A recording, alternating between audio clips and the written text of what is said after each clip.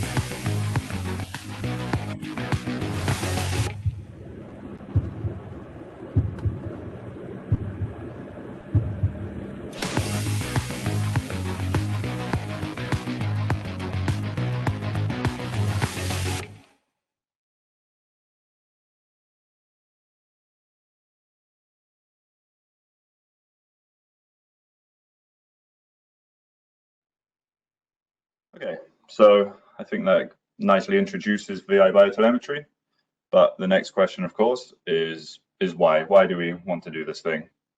Well, year on year, new technologies are being developed that are making cars increasingly safer and more efficient. However, many of us have already driven countless hours without the use of these technologies, and so it can be quite difficult to trust that when you give control over to these systems, that they are actually going to work properly and keep you safe. Clearly, this is an obstacle that designers must overcome to ensure a safe and also comfortable driving experience. However, in order to actually understand if their design decisions are effective in meeting their objectives.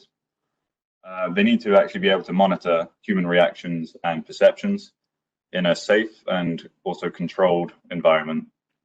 And we believe VI-BioTelemetry is meeting this crucial need.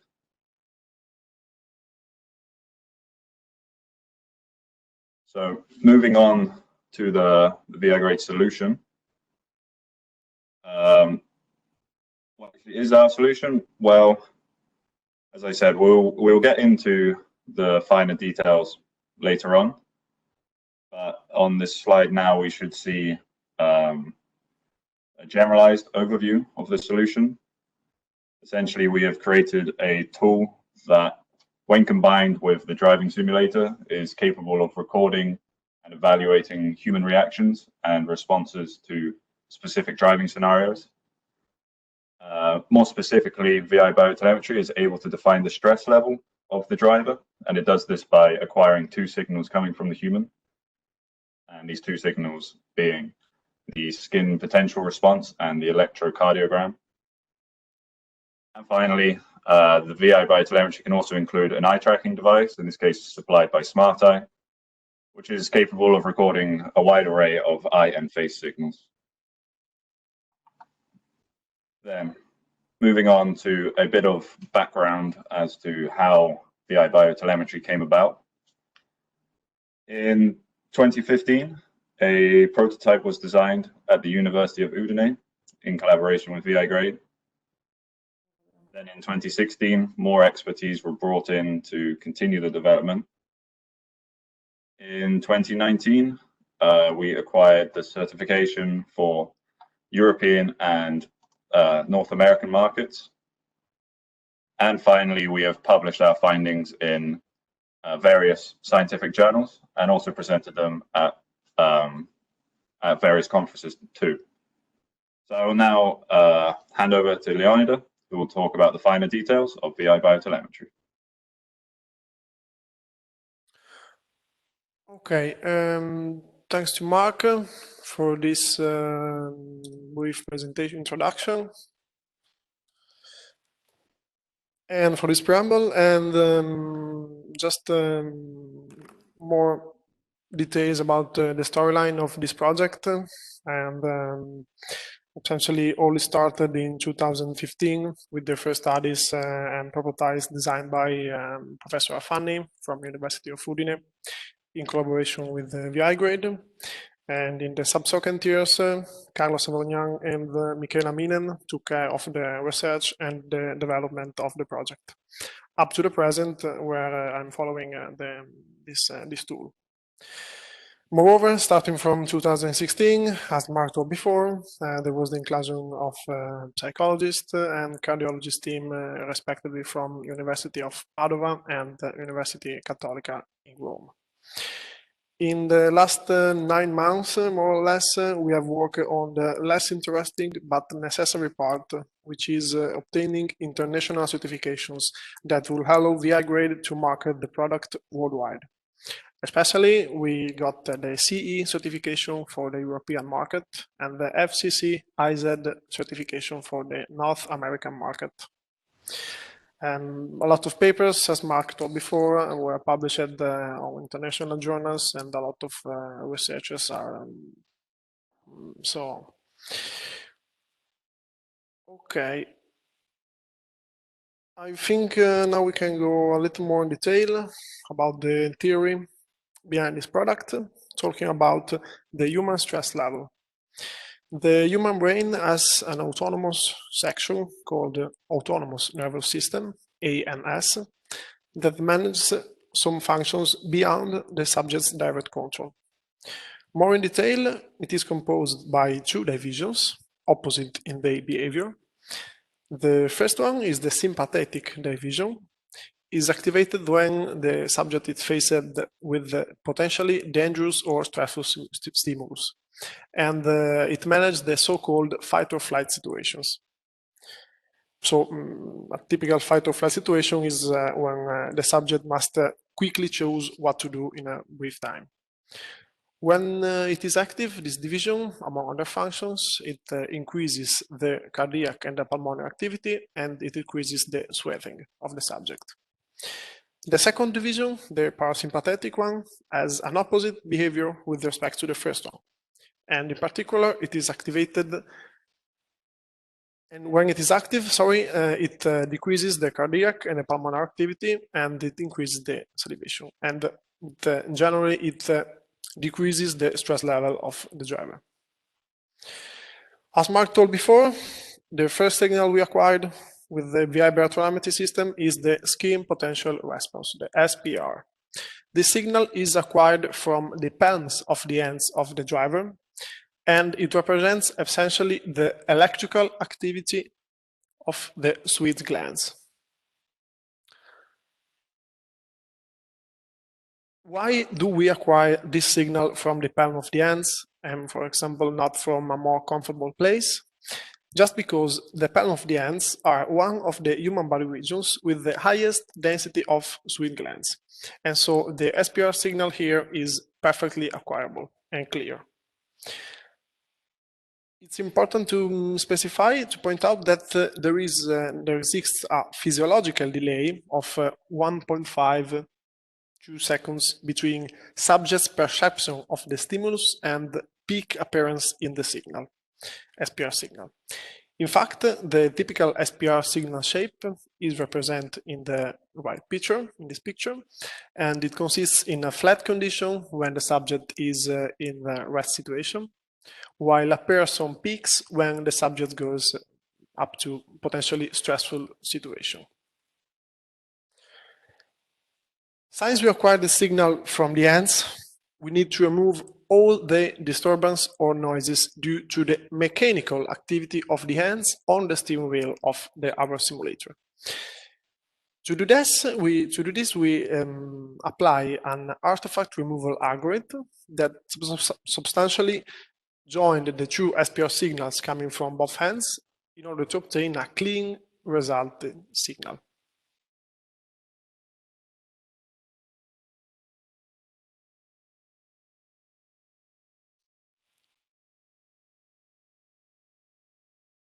The second signal acquired by our VI-BioTelemetry system is the electrocardiogram, the ECG, and is acquired from three terminations of a chest vest worn by the driver.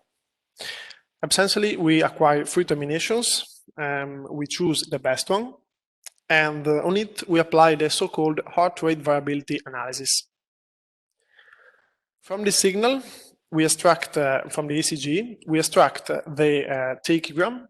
It's essentially is the temporal distribution of the time intervals between an heartbeat and the next. And on this signal, we compute some time and frequency analysis, and in order to extract some features that are strictly related to the stress level of the subject.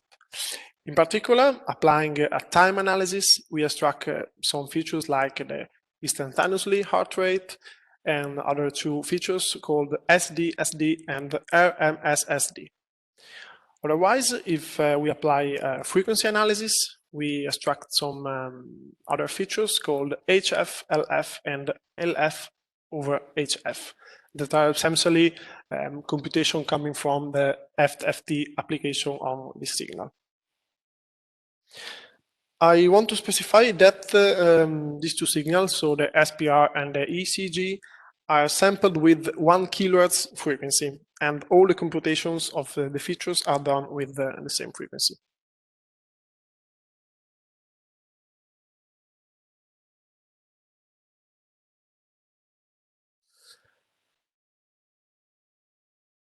Regarding the heart rate variability, in this slide, we have two examples of some features extracted. In particular, in the first one, is the RMS-SD, that is basically a root mean square of a certain number of successive time intervals between the heartbeats. And in the upper left picture, so this one, there are two ECG traces, which represents two different situations, the orange one and the green one.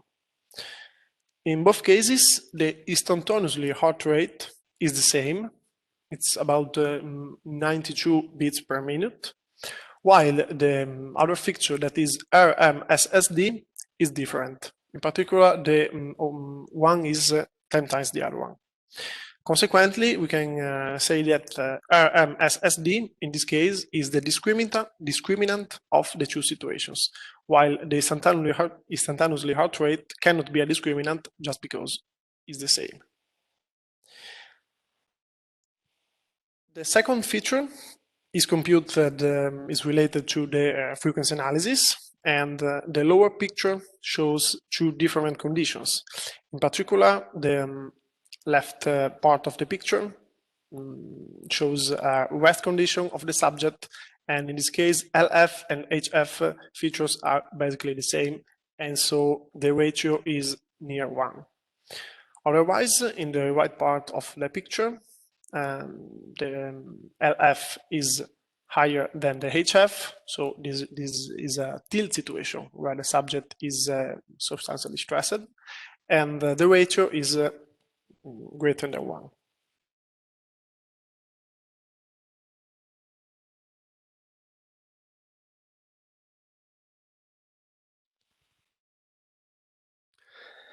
After this brief theory section, I would like to show you all the components of VI-BioTelemetry package. And these components are fully integrated within all VIgrade driving simulator solutions. So our package can be installed on a desktop, on a compact, on a static, or on a dynamic simulator. The core of the system is a so-called BioBox. This is the device that directly takes care of the signal acquisition on the driver.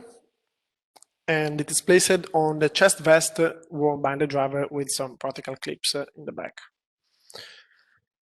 Two couples of gelled electrodes are applied on the hands, on both hands of the driver, and then are connected with some wires to the BioBox itself. And the BioBox streams acquired data to a concurrent real-time PC, passing through a Wi-Fi connection.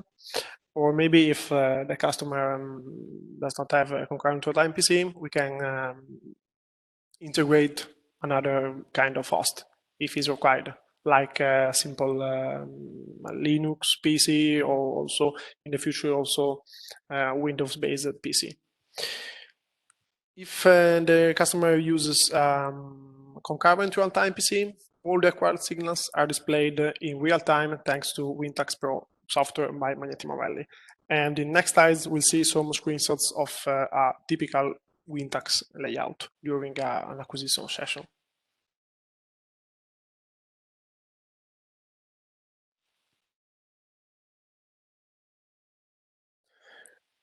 Regarding the typical approach in using VI-BioTelemetry system, the first step is definitely to understand the customer request. So which could be identify driver's level of comfort during a drive session, or understand how different vehicle setups are fed by the driver, or maybe also compare different ADS strategies to study human acceptance of this kind of systems. The second step is to build an efficient scenario to satisfy all the customer targets. And for instance, we can design a straight long highway with some obstacles scattered along the way, or maybe we can just find the optimal available track that could be useful for the driver. The first step regards the post-processing analysis and the production of a test report. So we collect all the data, we apply some computations, and we provide test report, final test report. If the psychologist team, if requested, and we suggest to do this, a team of, as I told before, a team of psychologists from University of Padova can support the customer before, during, and after the test, providing some service and some investigations to the drivers.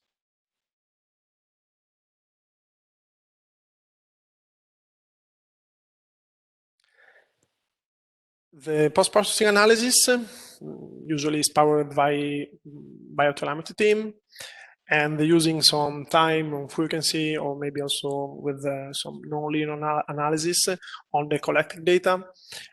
We provide significant results which could express the stress, the boredom, the engagement, the distraction, or the acceptance of the driver. If the psychologist teams is involved, mathematical and psychologist results are merged in order to obtain a complete characterization of the test.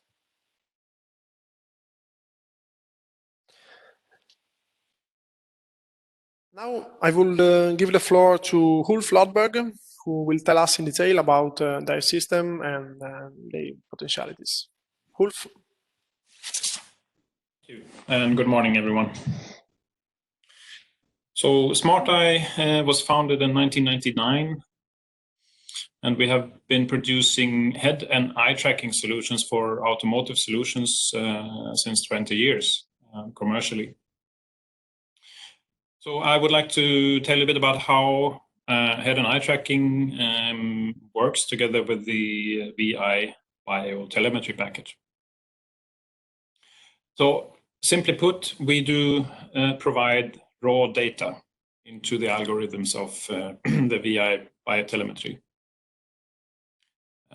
These are basically gaze direction data surrounding the eyelid opening. This could be the actual opening of the eye, or if it's closed, the speed with which we open and close the eyes, and also the blink rate, so how often we blink.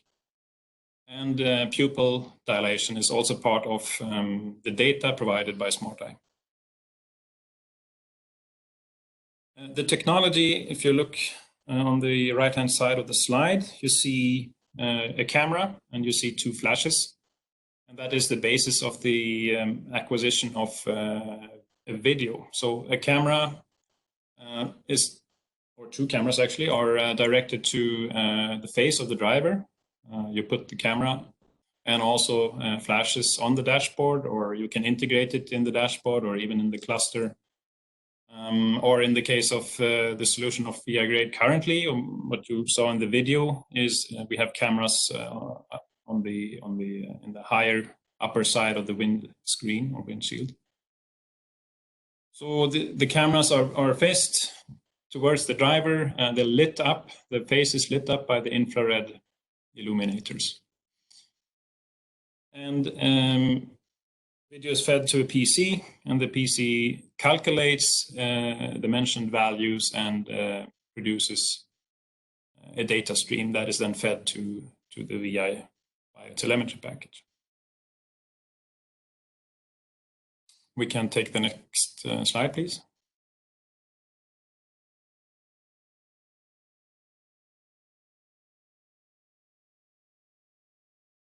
Thank you. Here is another schematic of the solution, and the yellow part of the slide, you see two cameras and flashes and software running on a PC. Again, cameras and flashes directed towards the face of the driver. Basically, the cameras then provide a video showing the head and the face. And we can, or the software can calculate, first of all, the head position and head orientation. And it does that by identifying and finding facial features or salient points. This would be the corners of each eye, the nostrils, the ears, and the corners of the mouth. And the software recognizes that there is a head, that there is a face, and produces output data initially, which is then the 3D location of the head. As a second step, the algorithm zooms in on the eyes. It will, if the cameras are located well, it will see iris and pupil, and it can calculate the pupil dilation. It can calculate the gaze origin or the eye position, so to say. and also the orientation of the eye. And that basically means what the eye is pointing at, or what we're actually looking at, or in what direction we're looking. And as mentioned earlier, eyelid opening data, so the opening, the speed, and the blinks as well. And this data, amongst other data, we have 135 different data fields, are fed onto the network, transmitted via TCP or UDP at 60 Hertz, and forwarded then to VI-BioPack's algorithms. And then the BioPack calculates, as you heard earlier, stress and attention levels. One important thing to notice here, I said infrared light. We create our own lighting. The cameras actually have an IR filter, so the only light that the cameras will see, and that means the video provided to the tracking algorithm, is only relying on the IR light that we create ourselves. That is necessary so that the ambient light, the outside light, doesn't interfere. So if we're on the road and we're driving outside or through a tunnel or at day or at night, it doesn't really matter. We have our own lighting, so we're not interfered, or we're not relying on any other. That creates a very stable tracking. Next slide, please. The hardware that needs to be installed, I mentioned earlier, in front of the driver. We have two kinds of hardware. On the left side, you see a small camera, a single camera unit, 31 by 31 millimeter, and on a outrigger or a small bar on the right side of that small camera is a flash. So that forms the basic basis for our multi-camera solution. VIgrade is using a more compact and easier to deploy version of this, which you see on the right-hand side of this slide. We call the SmartEye EXO. This is a so-called bar tracker. It contains already a fixed configuration of 2 cameras and 2 flashes. And as in this picture, it's placed on top of the dashboard. You can have it on the upper side of the windshield as well. It simply needs to see the face of the driver and the eyes of the driver. The difference between the two solutions here is that the bar tracker, as I said, is a fixed 2-camera configuration, so you cannot create a very wide field of view. If you would like to have gaze tracking regardless of where the driver is turning his head, then you need to place more cameras, and that's when we switch over to a multi-camera solution, the one you see on the left-hand side. And we place, let's say, 3 or 4 cameras in the cockpit, so that even if the driver turns his head to the right to look at the right outside mirror, we still capture gaze over there. But for this kind of biotelemetry solutions, you don't have to do that. It's sufficient to capture the state of the driver when he's looking straight ahead, which the driver usually does. So next slide, please.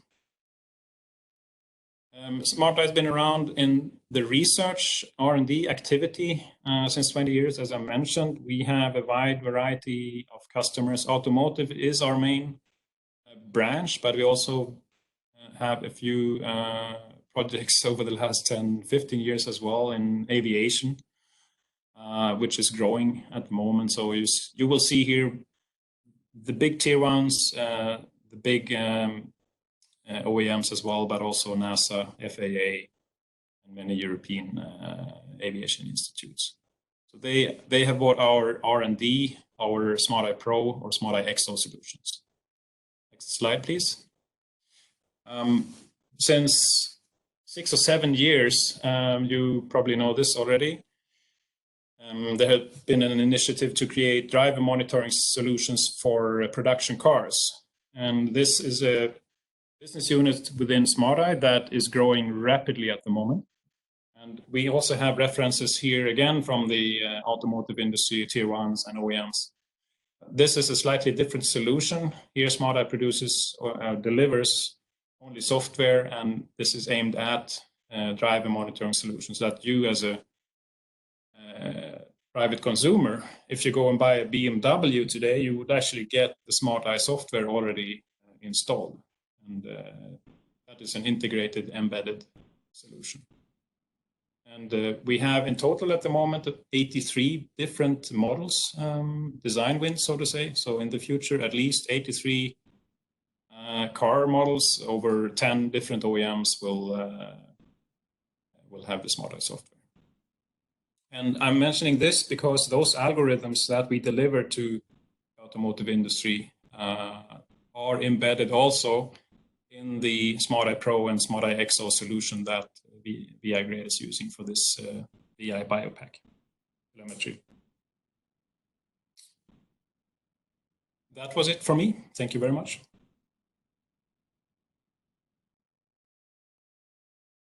Okay, and thanks to Ulf for the interesting explanation of SmartEye system. And finally, we can just analyze a case study. And in particular, in this case, the customer request was to understand which vehicle stop was perceived as more comfortable for the driver. The test was run here in the Sim Center Udine on the DIM 150 with both VI-BioTelemetry and SmartEye solution spotting together. 3 drivers with different skills were involved, and also the psychologist team support all experimentation.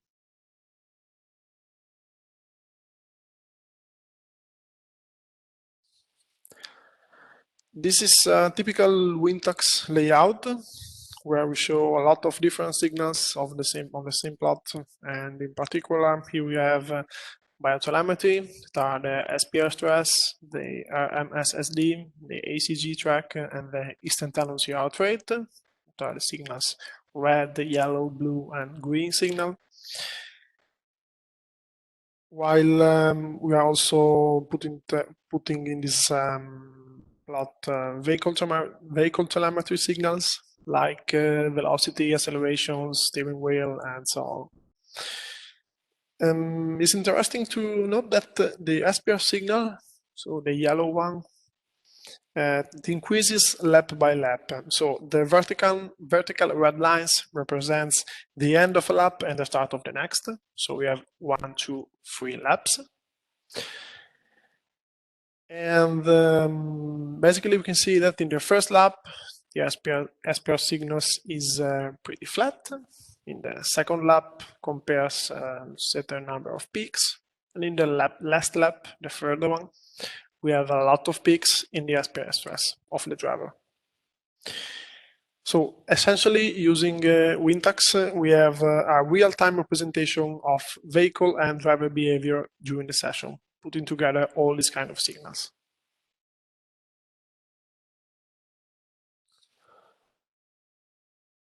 This brief movie, I hope the movie is clear, and shows also an implementation of eye tracking signals in Wintax, and in particular the gaze direction along the horizontal axis.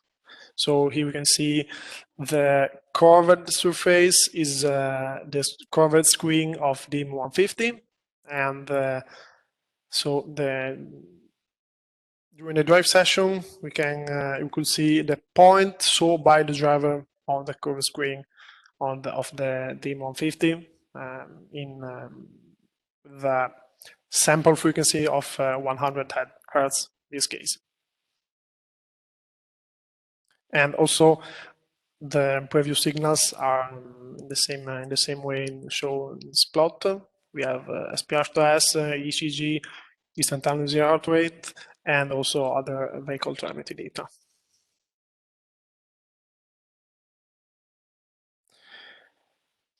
This picture just shows the 3-dimensional point cloud of driver's gaze direction, and with the correct unit measurements of the axis. So these are meters, just because the screen in the DIM 150 is more or less 3 meters far from the driver. So we have this point cloud with distribution in 3 meters, and this is just the dashboard that is more closer to the driver.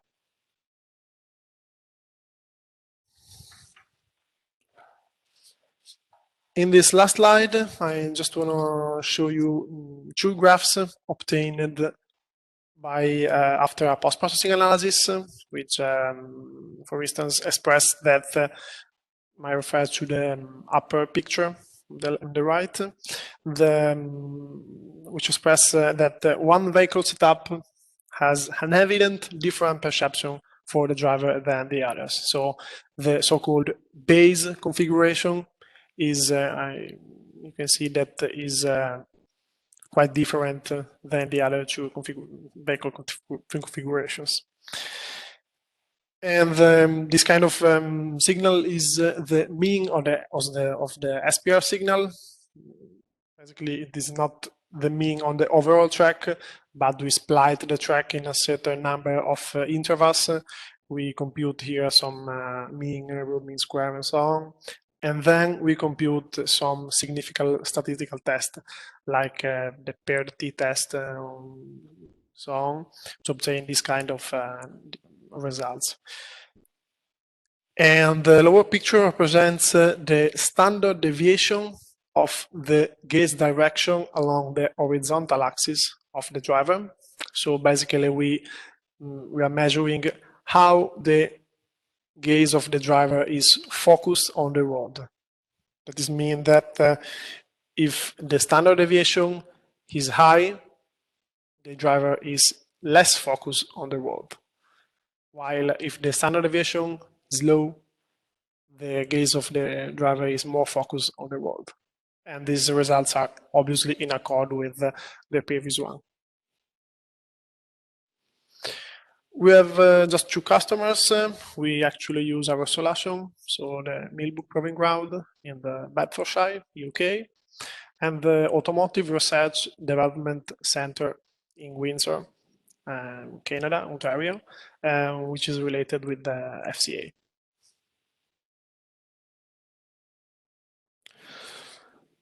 Okay, I think we finish. I hope this webinar has been interesting and useful for you.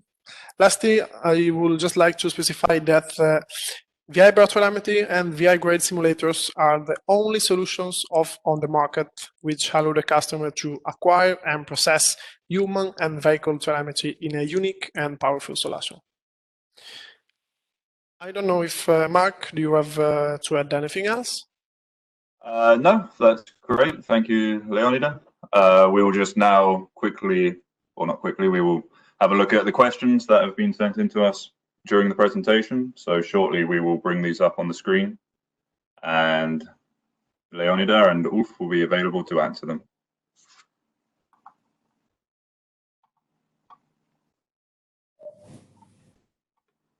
Mark, from Northey's side, it will be Sebastian Johansson, who's also on the call right now. Okay, Yep. Perfect. Thank you. So first question, how does the motion artifact removal algorithm apply to the SPR signals work?